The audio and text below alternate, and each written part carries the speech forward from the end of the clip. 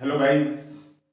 आज का अपना टॉपिक है synthesis simple to complex by using adjective clause. इससे पहले हमने पढ़ा था दो सरल वाक्यों को जोड़कर एक कॉम्प्लेक्स या मिश्र वाक्य बनाना, जिसमें हमने यूज किया था नाउन क्लॉज का। तो आज हम एडजेक्टिव क्लॉज के माध्यम से या रिलेटिव क्लॉज का प्रयोग करके दो सरल वाक्यों को जोड़कर एक कॉम्प्लेक्स सेंटेंस बनाएंगे। तो चलिए जानते हैं कि रिलेटिव क्लॉज क्या होता है। It is a dependent clause, ये एक अधीन उपवाक्य है। डिपेंडेंट क्लॉज तीन तरह के होते हैं, नाउन क्लॉज, एडजेक्टिव क्लॉज और एडवर्ब क्लॉज। तो ये एक डिपेंडेंट क्लॉज ही है दैट फंक्शंस, जो काम करता है एज एन एडजेक्टिव, एक विशेषण का काम करता है। जिस तरह नाउन क्लॉज एक संज्ञा का काम करता है, वैसे ही एडजेक्टिव क्लॉज एक विशेषण का कार्य करता है।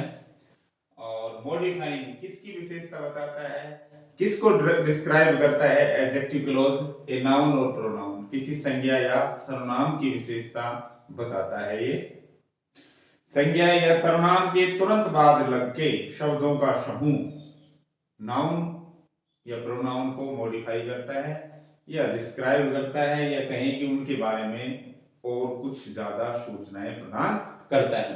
कैसे? बाय प्रोवाइडिंग मोर डिटेल, ज्यादा से ज्यादा सूचना प्रदान करके।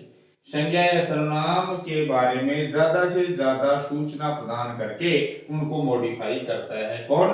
Adjective clause. इसमें एक सब्जेक्ट और एक वर्ब होती है, जो हर क्लॉज में होती है, चाहे वो नाउन क्लॉज हो, एडजेक्टिव क्लॉज हो, एडवर्ब क्लॉज हो या प्रिंसिपल क्लॉज हो कोई। तो इसमें भी एक सब्जेक्ट और एक मेन वर्ब या फाइनाइट वर्ब होती है, और it starts with relative pronouns. अब ये जो एडजेक्टिव क्लॉज है, या तो ये रिलेटिव प्रोनाउंस से, संबंधवाचक सर्वनाम से, या रिलेटिव एडवर्ब से, संबंधवाचक क्रिया विशेषणों से शुरू होते हैं। तो देखिए, रिलेटिव प्रोनाउंस ये हैं अपने, और रिलेटिव एडवर्ब्स इस तरह से हैं कुछ। हु, हुज, हुम, इन तीनों का प्रयोग एक व्यक्ति के लिए होता है सिर्फ और सिर्फ। इनका अर्थ, अगर इनसे हम कोई वाक्य बनाते हैं प्रश्नवाचक, तो उस समय ये होते हैं इंटेरोगेटिव प्रोनाउंस। अब चूंकि दो वाक्यों को जोड़ेंगे तो ये अब बन जाएंगे रिलेटिव प्रोनाउंस, या फिर कहीं सबऑर्डिनेटिंग कंजक्शन का ये काम करेंगे। जब दो वाक्यों को जोड़ेंगे तो रिलेशन बनाएंगे, तो रिलेटिव प्रोनाउंस हैं। और वैसे हम एज ए होल देखें तो सबऑर्डिनेटिंग कंजक्शंस हैं ये। तो जब ये इंटेरोगेटिव प्रोनाउन होंगे, जब इनसे कोई वाक्य हम शुरू करेंगे, और तो उस समय इनका जो अर्थ है वो कुछ अलग होता है। कौन, किसको, जिसको, जिनको, कौन सा, वह, इस तरह से इनका अर्थ निकलेगा। जब दो वाक्यों के बीच में आएंगे तो अर्थ चेंज हो जाएगा, कौन की जगह हो जाएगा जो या जिसने, हुज जिसका, होम जिसको, विच जो जिसे या जिसने, ऐसे ही दैट का भी सेम अर्थ है। ये रिलेटिव प्रोनाउन से, ये रिलेटिव एडवर्ब है। ये संज्ञा या सर्वनाम की विशेषता बताते हैं, ये रिलेटिव एडवर्ब्स हैं जो कि किसकी विशेषता बताएंगे, ये उस प्रिंसिपल क्लॉज की क्रिया की विशेषता बताएंगे। क्रिया का समय बता सकते हैं, क्रिया का स्थान बता सकते हैं, क्रिया का कारण बता सकते हैं, क्रिया का मैनर तरीका बता सकते हैं। एडवर्ब क्या बताते हैं? वर्ब का समय, वर्ब का स्थान, वर्ब का कारण, वर्ब का तरीका, काम करने का तरीका, आदि चीजें ये बताते हैं। और ये क्या करते हैं? नाउन या प्रोनाउन को मॉडिफाई करते हैं, और ये उस प्रिंसिपल क्लॉज की जो वर्ब है उसको उस वर्ब में जो समय या स्थान या कारण या तरीका जो दिया होगा उसको मॉडिफाई करते हैं, और साथ ही उस प्रिंसिपल क्लॉज की जो क्रिया है उसके बारे में भी और अधिक डिटेल प्रदान हमें ये करते हैं। तो देखिए, मेन का अर्थ होता है जब ये इंटेरोगेटिव एडवर्ब हो, जब इनसे कोई वाक्य शुरू करें और प्रश्न बनता हो, तो ये उस समय इंटेरोगेटिव एडवर्ब कहलाते हैं। उस समय इनका अर्थ होता है कब, कहां, क्यों, कैसे। लेकिन जब दो वाक्यों के बीच में आएंगे तो ये बन जाएंगे रिलेटिव एडवर्ब्स। तो इनका अर्थ हो जाएगा जब, जहां, क्यों, जैसे या जिस तरह। ये समय के लिए, स्थान के लिए, कारण और ये तरीका जानने के लिए काम में आता है। तो देखिए ये दो सिंपल सेंटेंस मैंने दे रखे हैं, मेरा भाई डॉक्टर है और मेरा भाई जयपुर में रहता है। कुछ इस तरह से कहा जाएगा कि हु का यूज करें, इन दोनों वाक्यों को हु से जोड़ें। तो ये दोनों सिंपल सेंटेंस हैं और इनको जोड़कर हम एक कॉम्प्लेक्स सेंटेंस बनाएंगे। तो मैंने ये बना दिया है कि मेरा भाई जो जयपुर में रहता है वो एक डॉक्टर है। तो हु लिव्स इन जयपुर, ये हु से शुरू है, रिलेटिव क्लोज या एडजेक्टिव क्लोज कहलाएगा हु से लेकर जयपुर तक। और ये किसको मॉडिफाई कर रहा है, अपने से पहले आने वाली संज्ञा या सर्वनाम को। तो ब्रोदर के बारे में ज्यादा कुछ बता रहा है कि मेरा भाई, उसके बारे में ज्यादा इंफॉर्मेशन दे रहा है कि जो जयपुर में रहता है, उसको मॉडिफाई कर दिया, उसके बारे में और अधिक जानकारी दे दी। और इज ए डॉक्टर, तो my brother is a doctor, ये तो हो गया प्रिंसिपल क्लोज। और ये हो गया अपना सबऑर्डिनेट क्लोज, और सबऑर्डिनेट क्लोज का भी रिलेटिव या एडजेक्टिव क्लोज हो गया ये देखिए गांव छोटा है, मैं यहाँ रहता हूँ। तो मैंने ये बनाया है कि वेयर का यूज करके कि the village where I live is small, गांव जहां मैं रहता हूँ वो छोटा सा है। तो वेयर आई लिव ये हो गया अपना रिलेटिव क्लोज, जिसमें हमने रिलेटिव एडवर्ब का यूज किया है। और द विलेज इज स्मॉल ये है प्रिंसिपल क्लोज। और जहां मैं रहता हूँ अर्थ अधूरा देते ही नहीं भाई, जो सबऑर्डिनेट क्लोज है वो अर्थ अधूरा ही देते हैं, चाहे वो नाउन क्लोज हो या एडजेक्टिव क्लोज हो या एडवर्ब क्लोज हो। तो ये भी अधूरा अर्थ है, जो जयपुर में रहता है अर्थ पूरा नहीं हो रहा है, जहां मैं रहता हूं अर्थ पूरा नहीं हो रहा है। और अर्थ की पूर्णता के लिए प्रिंसिपल क्लोज पर डिपेंड रहता है ना। गांव जहां मैं रहता हूं छोटा सा है, अब अर्थ पूरा हुआ है। तो ये दोनों अपने कॉम्प्लेक्स सेंटेंस है जिसमें हमने रिलेटिव प्रोनाउन और रिलेटिव एडवर्ब का यूज किया है। तो आइए अब सीखते हैं कि दो सरल वाक्यों को रिलेटिव प्रोनाउन से या रिलेटिव एडवर्ब से जोड़े कैसे, और जोड़ करके सिंपल सेंटेंस कैसे बनाया जाए। तो चलिए सीखते हैं। तो चलिए देखते हैं रिलेटिव प्रोनाउन हु का प्रयोग करके complex sentence banana. Who is used for persons, who का प्रयोग अभी पहले मैंने बताया था, हु हुज हुम तीनों का प्रयोग व्यक्तियों के लिए करते हैं। तो कैसे जोड़ा जाएगा, हु का प्रयोग कैसे किया जाएगा, तो हमें ये देखना है कि जो व्यक्तियों के लिए प्रयोग जब करते हैं तो व्यक्ति नाउन के रूप में भी हो सकता है और प्रोनाउन के रूप में भी व्यक्ति हो सकता है। जो इनडायरेक्ट ऑब्जेक्ट्स हैं, हिम है, हर है, देम है, ये व्यक्ति होते हैं। तो जो व्यक्ति सूचक है जो आपको प्रिंसिपल क्लोज में नाउन या प्रोनाउन के रूप में मिलेगा, तो अगर वो पहले वाक्य के अंत में हो व्यक्ति सूचक शब्द, तो हम कैसे जोड़ेंगे, सबसे पहले पहला वाक्य उतार लेंगे, अर्थात कौन सा वाक्य, प्रिंसिपल क्लोज जो है, या कहेंगे जिस वाक्य में व्यक्ति सूचक शब्द है नाउन या प्रोनाउन, उस सेंटेंस को हम पहले लिख के फिर उसके तुरंत बाद हु लगा के फिर दूसरा वाक्य दूसरा सेंटेंस हम उतार देंगे कर्ता छोड़ करके। दूसरे वाक्य का सब्जेक्ट छोड़ना है, चाहे वो प्रोनाउन हो या फिर नाउन हो। जैसे आई नो द टीचर, मैं उस अध्यापक को जानता हूं या मैं अध्यापक को जानता हूं। ही टीचेज यू, वह तुम्हें पढ़ाता है। दो सेंटेंस है, सिंपल सेंटेंस है, दोनों को जोड़कर हमें कॉम्प्लेक्स बनाना है, वो का यूज करना है। तो देखना ये कि जो ये वाक्य है पहला अपना, इसमें दूसरे वाक्य का जो करता है, दूसरे वाक्य का जो सब्जेक्ट है वो किसके लिए आया है, मैं अध्यापक को जानता हूं वह तुम्हें पढ़ाता है, तो टीचर के लिए ही आया है।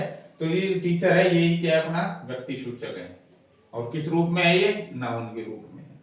तो अंत में हुआ, तो अंत में है व्यक्ति सूचक, तो पहले वाक्य को पूरा लिख लो और फिर वो लगा दो, फिर दूसरा सेंटेंस उतार दो, सब्जेक्ट छोड़ दो, क्योंकि हु क्या है, सब्जेक्ट का काम करता है, हु सब्जेक्ट का ही काम करता है। तो दूसरे वाक्य का जो सब्जेक्ट है वो छोड़ दिया जाता है, उसकी जगह हु लगा दिया जाता है, बन गया वाक्य, कॉम्प्लेक्स बन गया।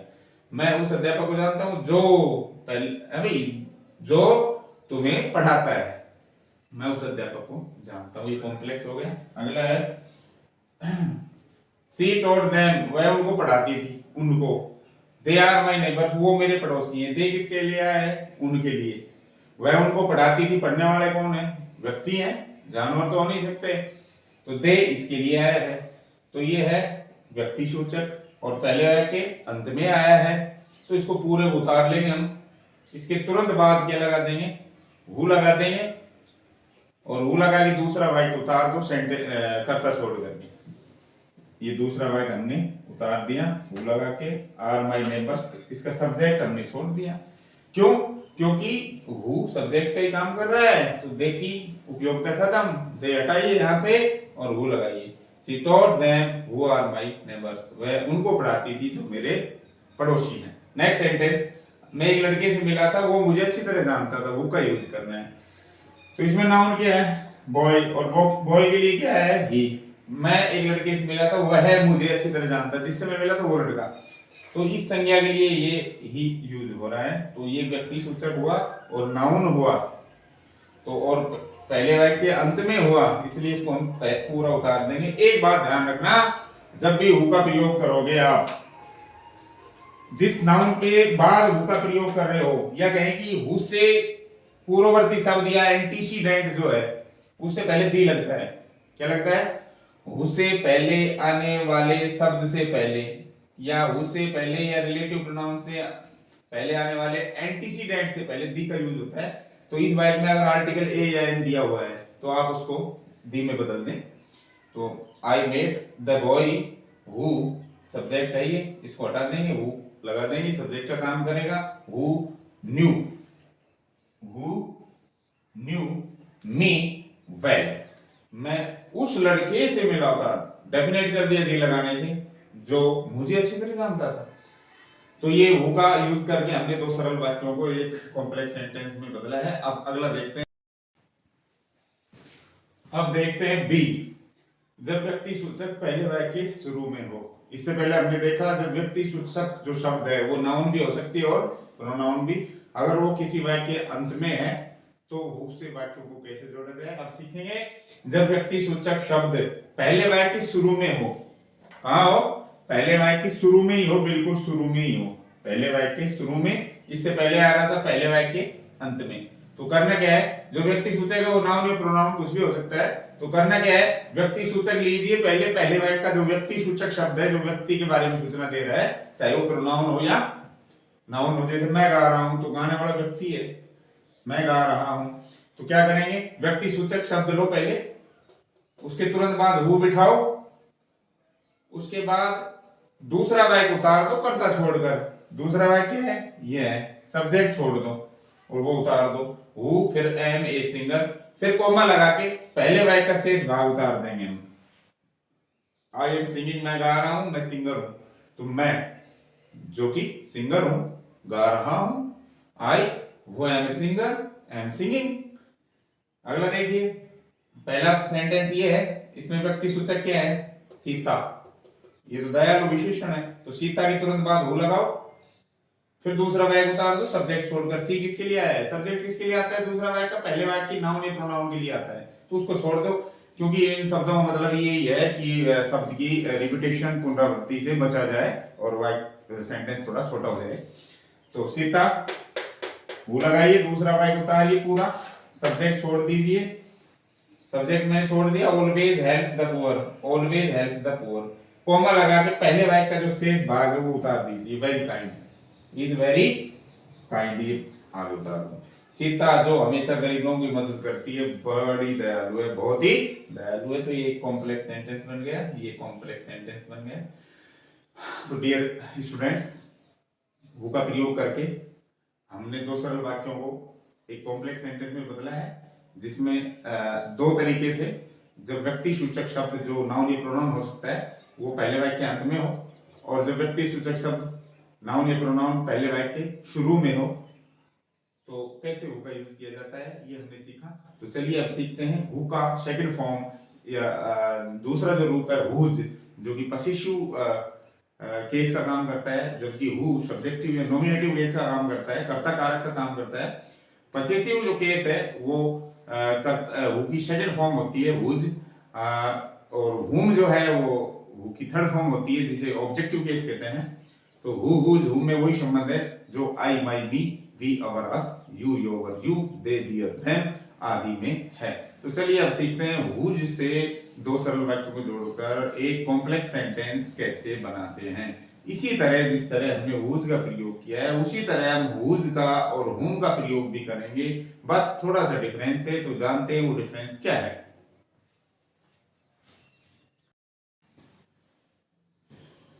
चलिए अब देखते हैं हु का सेकंड जो फॉर्म है हुज। तो हुज भी व्यक्तियों के लिए आता है। तो हुज से वाक्य में कैसे जोड़ेंगे? जब व्यक्ति सूचक शब्द जो नाउन या प्रोनाउन होगा अगर वो पहले वाक्य अंत में है तो हुज कैसे लगाएंगे?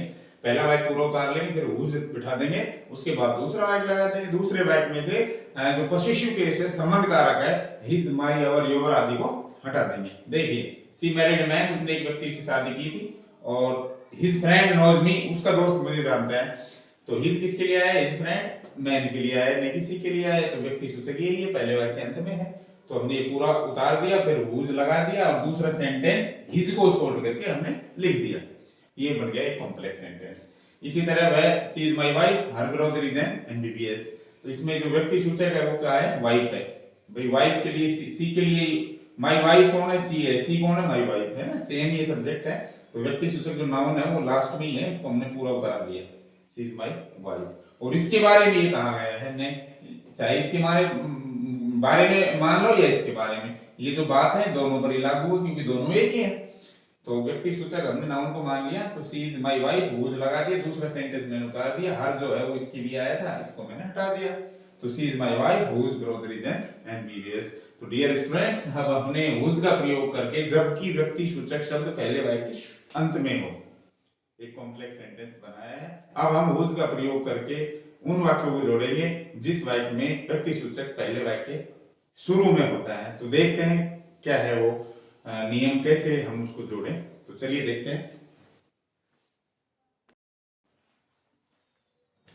चलिए अब देखते हैं, जब व्यक्ति सूचक पहले वाक्य शुरू में हो। अब तो पहले वाक्य अंत में आ रहा था, उन वाक्यों को हमने जोड़ा। अब व्यक्ति सूचक शब्द जो नाउन या प्रोनाउन होगा अगर वो पहले वाक्य शुरू में है तो हुज से कैसे जोड़ेंगे? सबसे पहले व्यक्ति सूचक शब्द पहले वाक्य का, उसके बाद हुज लगा के दूसरा वाक्य उतार देंगे, और दूसरे वाक्य में पॉसेसिव केस जो है हिज, हिम, सॉरी हिज, हर, दियर आदि को छोड़ देंगे, कॉमा लगा के पहले वाक्य का रिमेन्स या शेष भाग उतार देंगे। तो देखिए, mister Sharma lives in UK, mister Sharma UK में, यूनाइटेड किंगडम में रहते हैं, ब्रिटेन में। His son died 2 years ago, और उसका बेटा 2 साल पहले गुजर गया था।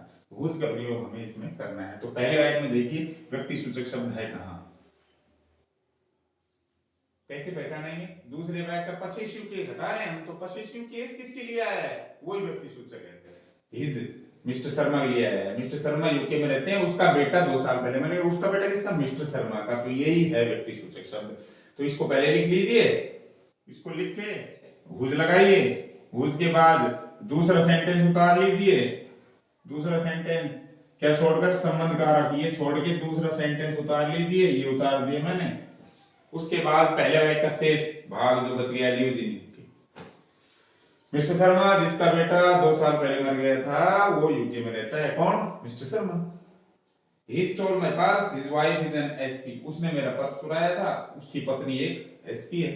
तो his wife, his किसके लिए आ रहा है? he के लिए आ रहा है, पर्स के लिए थोड़ी आ रहा है। तो व्यक्ति सूचक यही मानेंगे, ये प्रोनाउन के रूप में है, न कि संज्ञा के रूप में। तो he के तुरंत बाद हुज लगा दो, व्यक्ति सूचक के बाद हुज लगाइए, हुज के बाद दूसरा सेंटेंस उतार दो, क्या छोड़कर? पॉसेसिव केस, ये छोड़ के पूरा सेंटेंस उतार दिया मैंने यहां तक। उसके बाद पहले वाक्य का शेष, stole my purse, stole my purse, वह कोई व्यक्ति है जिसकी पत्नी एक एसपी है, वह आदमी जिसकी पत्नी एसपी है, उसने मेरा पर्स चुराया था। तो ये था हुज से दो सरल वाक्य जोड़कर एक कॉम्प्लेक्स बनाना, सेंटेंस बनाना, जब व्यक्ति सूचक शब्द पहले वाक्य के अंत में हो और व्यक्ति सूचक शब्द पहले वाक्य के शुरू में हो। तो चलिए अब देखते हैं whom से दो सरल वाक्यों को जोड़कर एक कॉम्प्लेक्स सेंटेंस कैसे बनाया जाता है।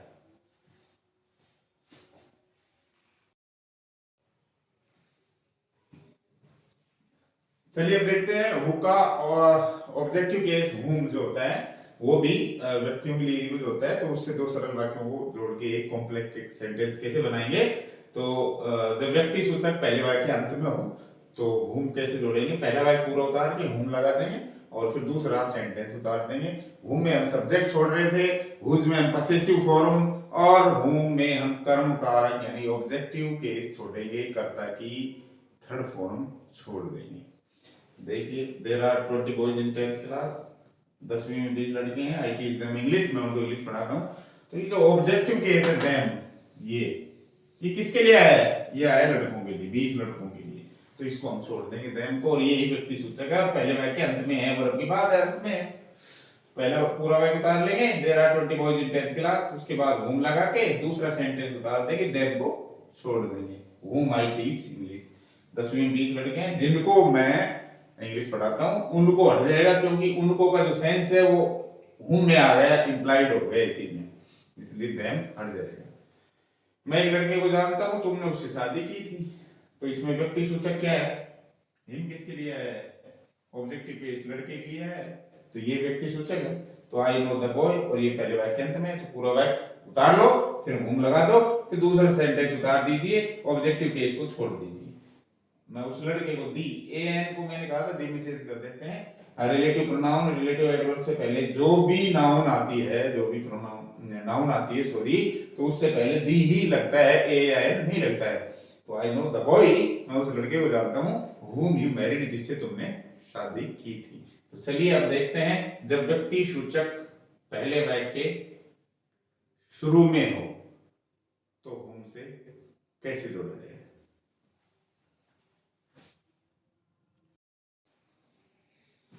चलिए देखते हैं, जब व्यक्ति सूचक पहले वाक्य शुरू में हो तो whom से वाक्य को कैसे जोड़ते हैं। सबसे पहले व्यक्ति सूचक शब्द पहले वाक्य का, फिर whom लगा के दूसरा सेंटेंस हम उतारेंगे कर्मकार को छोड़कर, फिर कॉमा लगा के पहले वाक्य का शेष भाग उतार दिया जाता है। जैसे Manish is an engineer, Manish engineer है। माय फादर लाइक्स हिम, मेरा पिता उसे पसंद करता है। तो जो पॉसेसिव के ऑब्जेक्टिव के वो क्या है, हिम, इसको छोड़ना है। अभी हिम आया किसके लिए है, मनीष के लिए है, राइट। तो मनीष ही व्यक्ति सूचक शब्द है, तो ये ले लो मनीष, फिर whom लगा दो, मनीष फिर whom, फिर दूसरा वाक्य उतार दो पूरा, ये दूसरा वाक्य हमने उतार दिया, क्या छोड़ के, पॉसेसिव ऑब्जेक्टिव केस यानी हिम को छोड़ के उतार दिया, कॉमा लगा के पहले वाक्य का जो शेष भाग है इज एन इंजीनियर वो हमने लगा दिया। मनीष जिसको मेरा पिता पसंद करता है ना, वो इंजीनियर है। अगला next sentence, she is dancing, कोई लड़की है वो नाच रही है। यू टॉट हर डांसिंग, तुमने उसे डांसिंग सिखाया था। यहाँ नाउन डांसिंग वर्ब नहीं है, यहाँ नाउन है, यहाँ वर्ब है डांसिंग, यहाँ प्रेजेंट पार्टिसिपल है, यहाँ ये जेरेंड है और नाउन का काम कर रहा है। तो ये जो हर है ऑब्जेक्टिव केस ये किसके लिए है, सी के लिए, तो यही व्यक्ति सूचक है। तो इसके तुरंत बाद क्या लगाओ, whom, सी whom, फिर दूसरा सेंटेंस उतार दो ऑब्जेक्टिव केस को छोड़कर, यू टॉट डांसिंग, कॉमा लगा के पहले सेंटेंस का शेष भाग इज डांसिंग, वह है जिसको तुमने सिखाया था डांसिंग, वो डांस कर रही है, इज डांसिंग। डियर स्टूडेंट्स, ये था हु, हुज, whom से दो सरल वाक्यों को जोड़कर एक कॉम्प्लेक्स सेंटेंस बनाना। अब हम सीखेंगे व्हेन विच का प्रयोग करके। विच का यूज होता है वस्तु के लिए, पशु पक्षी जानवरों के लिए, निर्जीव वस्तुओं के लिए विच का यूज हम करते हैं। तो जैसे हमने हु का यूज किया था वैसे ही हम विच का यूज करने जा रहे हैं, जैसे whom का यूज किया था वैसे ही हम विच का यूज करने जा रहे हैं। तो चलिए दो सरल वाक्यों को जोड़ना सीखते हैं विच का यूज करके।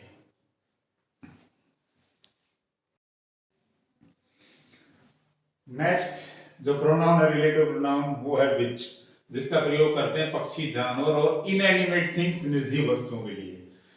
पशु पक्षी जानवर निर्जीव पहले वाक्य के अंत में हो तो हम विच से दो सरल वाक्यों कैसे जोड़ेंगे, पहला वाक्य पूरा, फिर विच, फिर दूसरा सेंटेंस जोड़ देंगे, दूसरे वाक्य में से इट, देम या दे को छोड़ देंगे।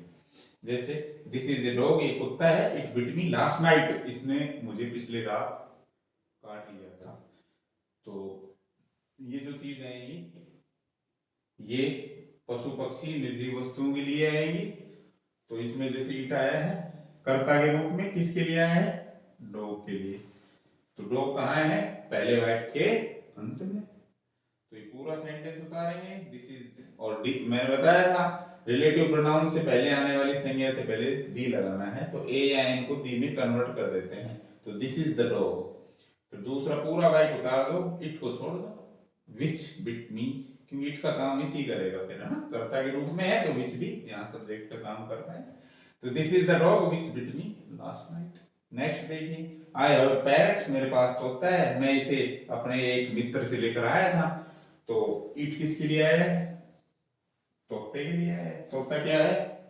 पक्षी है, पहले वाक्य के अंत में आए हैं, तो पहला वाक्य पूरा उतार देंगे, उसके बाद विच लगा के दूसरा सेंटेंस, इट को छोड़ देंगे। यानी पहले वाक्य नाउन के लिए जो आ रहा है, चाहे इट आए सब्जेक्ट के रूप में आए या ऑब्जेक्ट के रूप में, चाहे देम आए या दे सब्जेक्ट के रूप में, तो उनको छोड़ दिया जाता है, तो इट को छोड़ देंगे। तो I have parrot which I brought from A friend of mine. Next, वहां बहुत सारे शेर थे, वो दहाड़ रहे थे, तो यहाँ जो दे है वो किसके लिए आया है? लॉइंस के लिए। तो यहाँ जो जानवर है पहले वाक्य के अंत में है, पहला वाक्य पूरा उतार दो। दूसरा वाक्य जो है ये दे इसके लिए आया है, तो इसको छोड़ देंगे, दे सब्जेक्ट को, और सब्जेक्ट का काम कौन करेगा? विच करेगा। तो there were many lions there which were roaring. इसी तरह देम जो है वो ऑब्जेक्ट के रूप में भी आ सकता है, तो देम को भी हम छोड़ देते हैं। अब देखते हैं जब व्यक्ति जब पशु पक्षी जानवर या निर्जीव वस्तु अगर पहले वाक्य के शुरू में हो तो विच कैसे लगाया जाता है।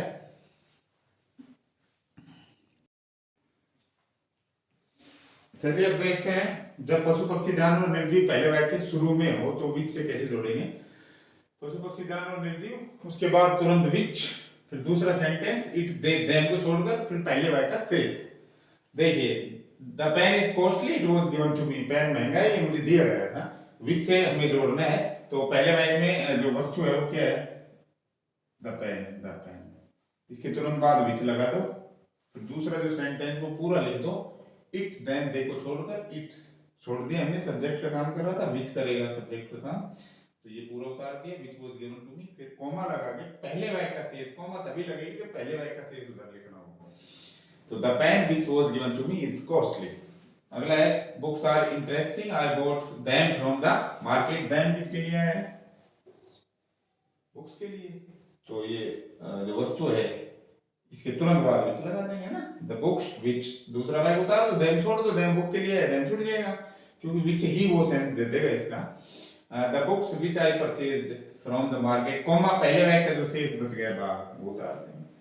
तो डियर स्टूडेंट्स, ये था अपना विच का प्रयोग करके दो सरल वाक्यों को जोड़कर एक कॉम्प्लेक्स सेंटेंस बनाना। चलिए अब अगला देखते हैं, दैट का यूज करके दो सरल वाक्यों को एक सरल वाक्य के रूप में कैसे बदला जाता है।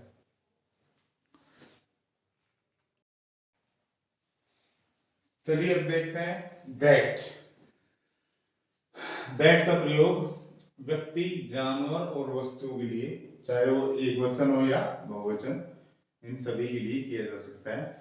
सामान्यतया वो के स्थान पर हम दैट लगा सकते हैं, सामान्यतया विच के स्थान पर भी हम दैट लगा सकते हैं, लेकिन इसकी कुछ कंडीशंस हैं।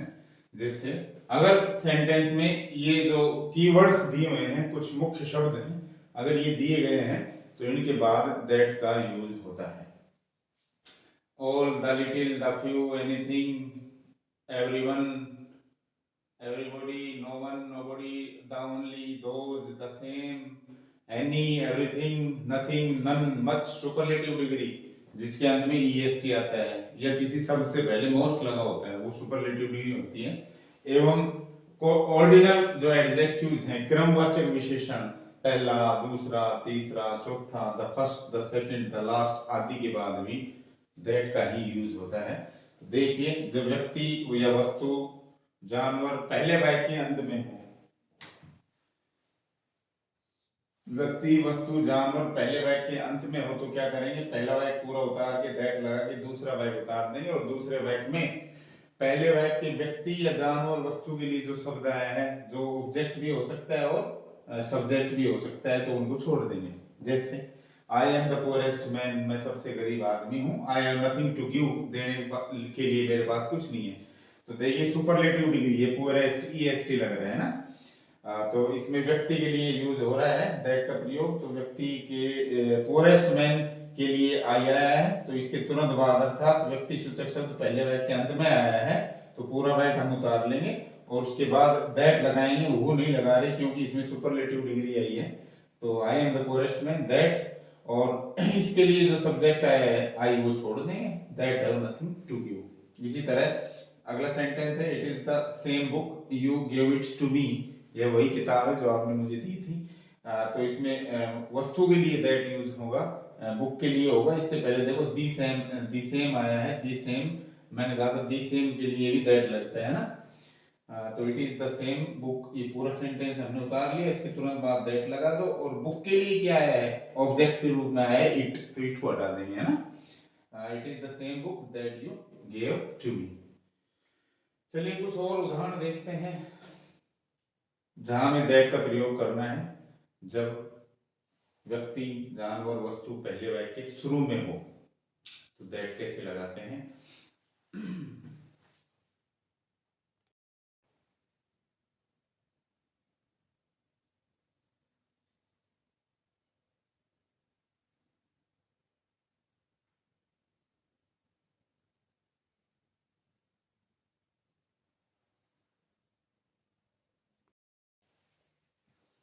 चलिए अब देखते हैं, जब व्यक्ति, वस्तु, जानवर पहले वाक्य के शुरू में हो तो सबसे पहले व्यक्ति, वस्तु, जानवर लगा देंगे, उसके बाद दैट लगा के दूसरा सेंटेंस उतार देंगे। और दूसरे सेंटेंस में जो पहले वाक्य की व्यक्ति, वस्तु, जानवर के लिए जो सब्जेक्ट या ऑब्जेक्ट है उसको हम छोड़ देंगे।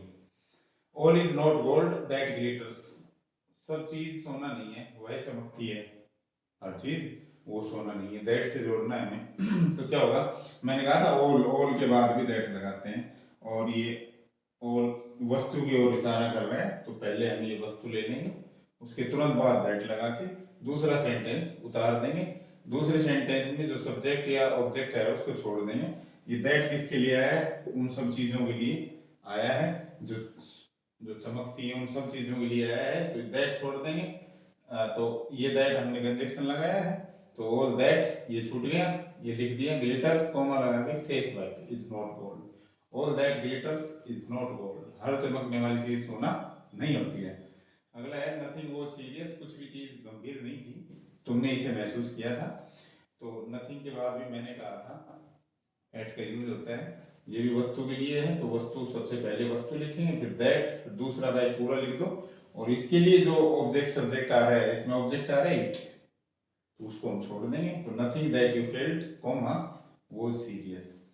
डियर स्टूडेंट्स, ये था दैट से दो सरल वाक्यों को जोड़कर एक कॉम्प्लेक्स सेंटेंस बनाना। चलिए अब अगला देखते हैं, व्हेन से वाक्यों को किस तरह जोड़ा जाता है। चलिए अब रिलेटिव प्रोनाउंस समाप्त हुए, अब देखते हैं रिलेटिव एडवर्ब व्हेन। व्हेन का प्रयोग करके कॉम्प्लेक्स सेंटेंस कैसे बनाया जाता है। तो व्हेन जो है वो समय के लिए प्रयोग होता है। तो इस सीधी सी बात है कि समय के बाद, वो नाउन जो समय बताएगी उसके तुरंत बाद ही व्हेन का यूज होता है। और जो सेंटेंस टाइम बताता है वो हमेशा इट से शुरू होता है। तो इट से कोई सेंटेंस शुरू होगा, लास्ट में मिलेगा आपको समय सूचक शब्द, उसके तुरंत बाद व्हेन लगा देंगे और फिर दूसरा सेंटेंस उतार देंगे। और दूसरे सेंटेंस में देन अगर दैट टाइम आया हुआ है तो उसको हम हटा देंगे।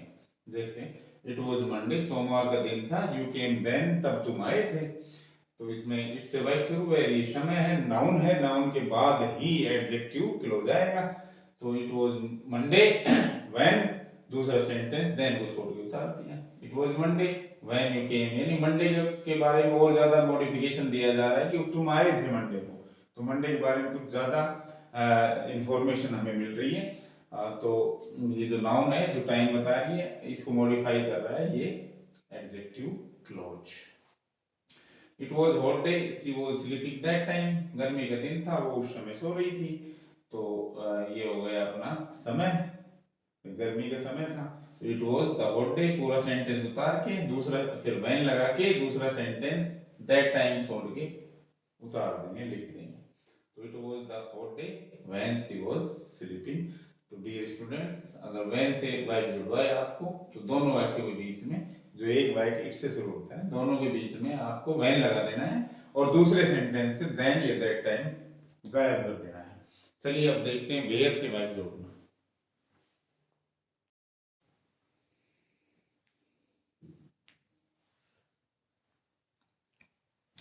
चलिए दूसरा रिलेटिव एडवर्ब देखते हैं, वेयर। वेयर का मतलब जहां हो जाएगा ना, जब ये रिलेटिव एडवर्ब के रूप में इसको यूज करेंगे तो इसका अर्थ कहाँ नहीं बल्कि जहां होता है, तो ये स्थान के लिए आता है। तो कैसे, स्थान सूचक पहले वाक्य के अंत में होता है, दो वाक्य दिए होंगे, दो सिंपल सेंटेंस, तो जिस वाक्य में स्थान सूचक शब्द दिया हुआ है और वो भी पहले वाक्य के अंत में, तो क्या करेंगे, पहला वाक्य उतार के वेयर लगा के दूसरा वाक्य उतार देंगे, दूसरे वाक्य में अगर हियर या देयर है तो उसे हटा देंगे, रिमूव कर देंगे। जैसे this is a small village, I was born here, ये छोटा सा गांव में मैं यहाँ जन्मा था।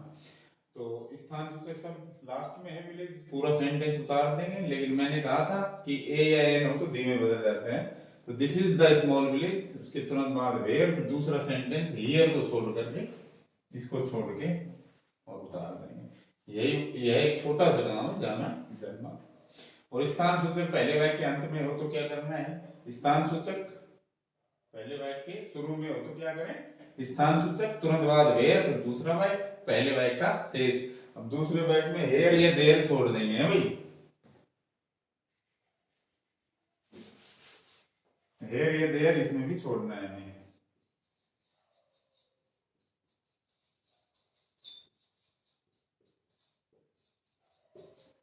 उसके बाद पहले वाक्य का शेष,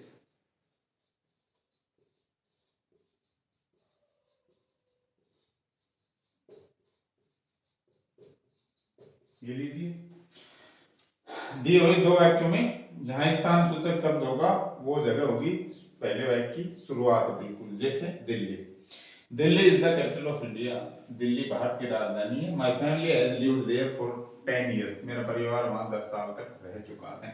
तो देखिए दूसरे वाक्य में क्या है, देयर, ये छोड़ना है आपको। तो स्थान सूचक ये रहा, तो इसके तुरंत बाद वेयर लगा दो, दिल्ली के तुरंत बाद वेयर, स्थान सूचक वेयर, फिर दूसरा सेंटेंस मैंने उतारा, my family has lived for 10 years, there छोड़ दो, वो उतार दिया मैंने।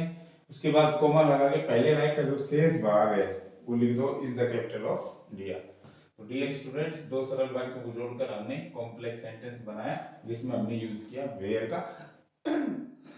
अगला जो एडवर्ब है, रिलेटिव एडवर्ब, वो है अपना वाई, हाउ। चलिए उनका प्रयोग कैसे किया जाता है देखते हैं।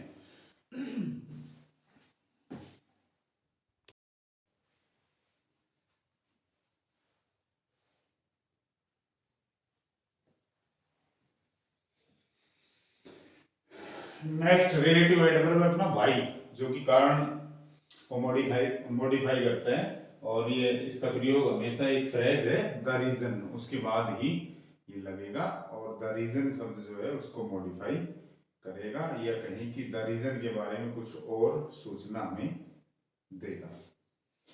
तो क्या करेंगे, जब रीजन शब्द पहले वाक्य के अंत में हो तो क्या करेंगे, पहला वाक्य फिर वाई फिर दूसरा वाक्य।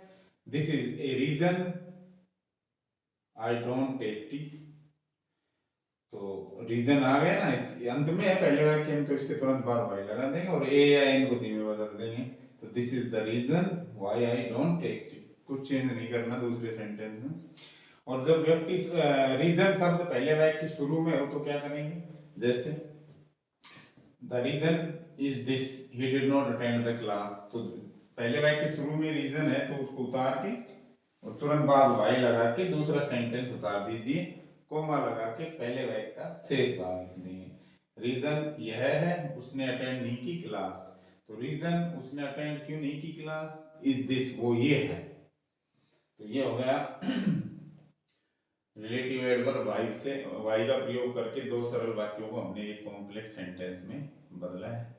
चलिए लास्ट जो है अपना एडवर्ब, रिलेटिव एडवर्ब, वो है हाउ। तो हाउ से दो वाक्यों को कैसे जोड़ते हैं देखते हैं।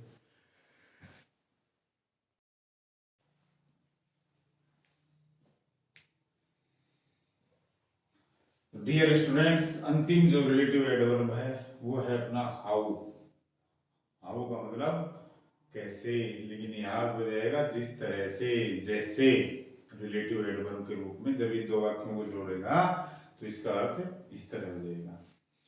तो कहाँ यूज होता है, हाउ का प्रयोग होता है जस्ट आफ्टर, एकदम बाद, किसके बाद, द मैनर, द वे और द मेथड। ये जो नाउन है, जो तरीका बताएंगी, नाउन, मैनर, वे और मेथड, तो इनके तुरंत बाद ही हम हाउ वाला जो एडजेक्टिव फ्रेज है, तो हाउ वाला जो एडजेक्टिव क्लोज है वो लगा देंगे, जो कि इसको मॉडिफाई करेगा।